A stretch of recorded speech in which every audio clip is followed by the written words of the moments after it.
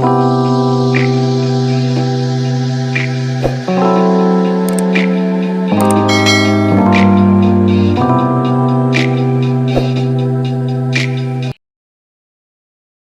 dear Cancer. I am Jamie Dawn, your evolutionary revolutionary astrologer, bringing you your April 2022 horoscope. And we're going to kick off the first week of April with an Aries new moon on the 1st, activating your 10th house. And it's going to be canoodling with Mercury and Chiron as well. And then we also have Mars canoodling with Saturn on the 4th and Venus moving into Pisces on the 5th. So this first week of April is going to be quite powerful for you, even though there's going to be some dynamic tension with this square happening of the new moon to your sign. However, that can signal some growth. It can signal opportunity for you to step into the spotlight and be that leader that you really are, to be able to nurture people or a situation and set yourself up to be seen as that independent expert or authority in a particular area of your life. You can also see that this first week gives you a chance to find deeper healing. It's possible that there's some wounds that could show up here, but how you approach it, maybe in an unusual way, maybe there's some resources that are available to you, either your own or your company, somebody else's, that you can use that can help this particular situation.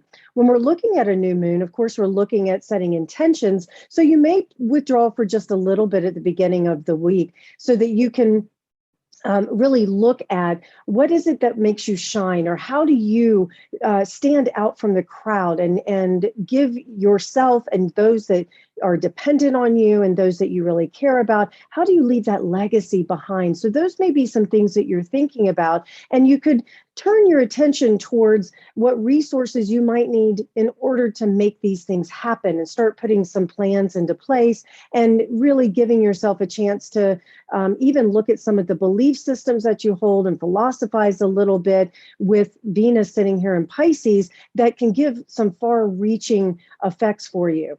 Now, the other thing about Venus here in Pisces in this 9th house that's going to be active is your social life is going to get pretty expanded, as well as maybe the romance that you have, and if you are connected to somebody romantically, you guys sharing your philosophies, your ideas, or your beliefs, and seeing how aligned they are, that gives you a deeper meaning for your relationship.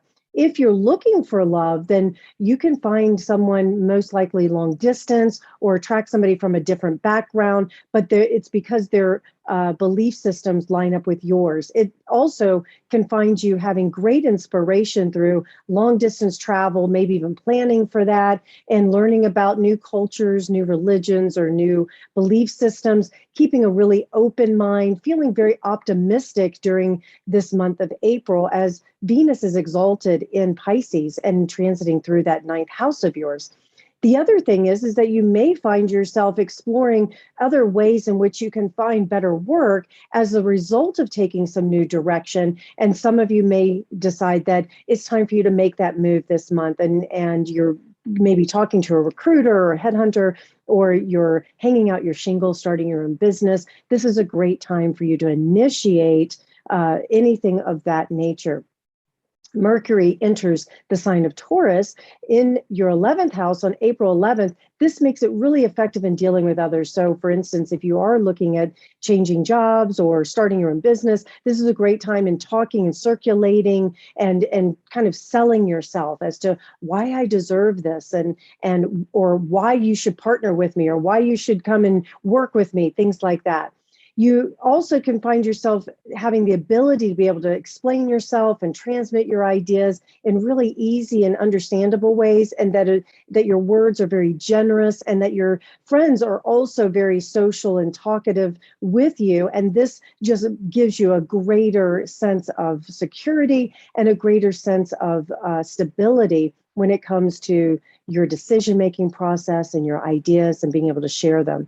And with respect to individual goals, you are ready to talk about them with your friends and close loved ones. So don't be afraid to share your ideas with others, because you can find that they will easily join you in supporting you. And then that just gives you that platform that you can launch from. This is also a great placement for vision and endless ambition, and that you can get these long-lasting results because they can start to appear as well with Mercury sitting here in Taurus, because you're ready to actually stop talking, start doing. So it's one of those where you may share and circulate your ideas and then find the resources you need in order to manifest them. Jupiter canoodles with Neptune April 12th. This is further activating your ninth house. This is a key indicator that a new cycle is beginning. It's 150 some years since Jupiter and Neptune canoodled in Pisces. Now, your ninth house is going to be extremely active with this, because you may find yourself in a new belief system, or that you're very devoted to a particular belief system or a philosophical idea, your idea of what God is. And that you may want to share that with others, and others are needing that kind of inspiration, some form of spiritual nature, or there could be long distance travel here, foreign background, something about inspiration here, that you're ready to do what you love, find meaningful impact in the world based on your idea of what meaning or meaningful work could be. And if you don't love it, you probably won't buy it, or you probably won't share it, or you probably won't do it. Yeah. Now, Mars enters Pisces in your ninth house again, further activating this on April 15th. This can expand the mind, give you an opportunity to gather so much information and ideas and opinions. Now, granted, it also, you have to watch out for that self-righteous piece of it here, because that can turn some people off. But if you're trying to sell your ideas, or you're trying to find ways that you can inspire others, maybe you get on the speaking circuit, or you publish something that just is in that self-help realm, or something that gives people these ahas, this is a great placement for you to have. Now, the other thing is, it's a good placement for helping others reframe limiting beliefs. So you can see what people are saying or not saying, and then giving your strong opinion or your idea in this beautiful, sort of flowery, imaginal way of storytelling, if you will, that helps to reframe things for others, and they can get on board, they get behind your ideas, or they just feel better about themselves. Now, the other thing is that you can be driven to find some answers and explore various subject matters, and then giving your advice or opinion. So you might find yourself doing a lot more talking than listening, but that will change when Mercury moves into Gemini at the end of the month in your 12th house. And I'll talk about that in a second, but I don't want to jump over this full moon in Libra, because that's going to make a square to your sign. That's on April 16th. And that's going to be activating your 4th and 10th house. So you may find yourself, again, shoved into the spotlight, and yet needing to deal with something at home as well. So it could be releasing some relationship challenges that create more balance and harmony between your public and private life. You may find yourself planning to make a move, sell a home, or that you have to create some changes within your home because there's some family dynamics happening.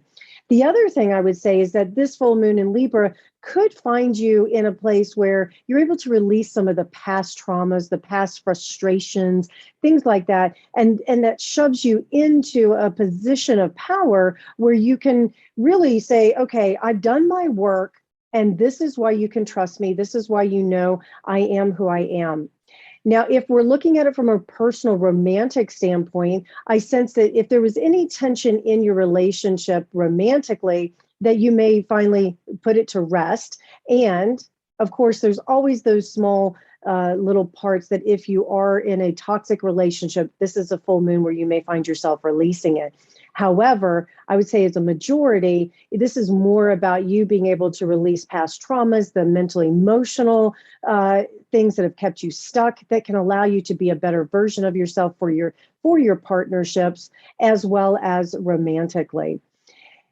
Mercury canoodles with Uranus and sextile Venus in your 9th and 11th house on April 18th. Expect some good news here. I really feel as though you may find yourself exhaling a little bit and going, I feel as though I have the respect of others, and that this can also give me the opportunity to share my ideas, share my opinions in a way that people really listen and value them.